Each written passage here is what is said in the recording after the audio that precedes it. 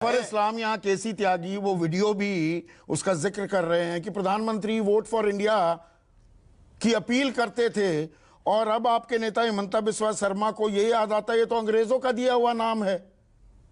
अब वही बात कि what's in a name apparently a lot. अब इंडिया से दिक्कत हो गई या विपक्ष ने इंडिया नाम क्यों रख लिया, दिक्कत इससे?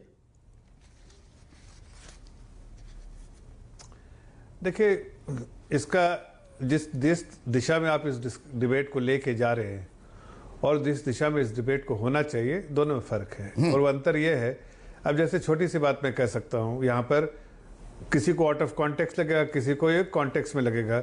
जैसे आप 70s के दशक में कांग्रेस ने नारा दिया था, India is Indira, Indira is India, आपको याद होगा? बिल्कुल याद। उसका केसी त्यागी जी हमारे बड़े भाई हैं, बहुत हमें मानते भी हैं, तो उनको इस बात के बहुत तजुर्बेकार पॉलिटिशियन में, उनको पता भी है सारी चीज़ों के बारे में। इंडिया इज इंदिरा और India is Indira, Indira is India. और उसके बाद क्या हुआ था? केसी त्यागी जी 1979 के इलेक्शन में इंदिरा जी कहाँ थी, कैसे बिखर गई थी? तो ये जब आप इस तरह से देश को जब आप कटघरे में खड़ा करके अपने राजनीतिक फायदे ढूंढते हैं तो जनता भी समझती, जनता उसका देगी। अब इसमें नाम में आप जो जिस तरह से आप उसको दिखाना चाहते हैं दिखाइए, दिखाना नहीं। मैं तो जो हिमंता बिस्वा शर्मा आप के मुख्यमंत्री हैं वो अपना डिस्क्रिप्शन ही वो चेंज कर देते हैं, chief minister of Assam comma Bharat कर देते हैं और इंडिया से उन्हें दिक्कत होने लगती है।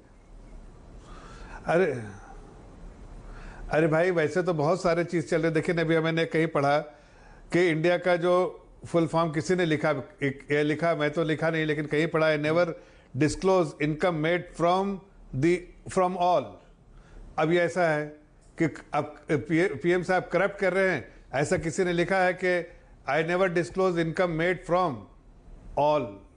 मीन्स कि जहां से जिसका पैसा बना है उसको यहाँ डिस्क्लोज नहीं करना। इधर आ जाओ, विपक्ष पर हमला कीजिए, तो इंडिया नाम पर हमला, सवाल यही है। तो मैं जफर इस्लाम में सीधा सवाल पूछ रहा हूं, नहीं, मैं तो इंडिया नाम से क्या दिक्कत हो गई कि ये तो जी गोरों ने दिया, तो हमारे संविधान में इंडिया का जिक्र है, आपकी तमाम जो पॉलिसीज चली, stand up India, startup India, skill India, make in India, वो तो सब इंडिया था।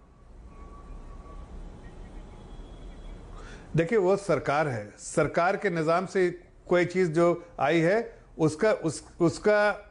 उसको यहां पर रख के आप इसको जस्टिफाई करें, वो सही नहीं है। एक आम नागरिक भी समझता है कि सरकारी निजाम में जो इंडिया का नाम लगा हुआ है या कुछ स्कीम्स के नाम लगे हुए हैं।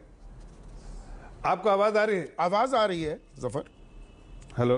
हाँ हाँ, आवाज पूरी आ रही है। तो मेरा फोन कट गया, लेकिन फिर बोलता जा रहा हूं मैं। तो मैं ये कह रहा हूं कि अगर ऐसा किसी ने कहा भी कि इंडिया और भारत इस तरह के, इसमें कोई ये आप या फिर स्कीम में नाम है, स्कीम में तो नाम रहना ही चाहिए। क्या गलत है? सरकारी निजाम से स्कीम आई है तो रहना ही चाहिए।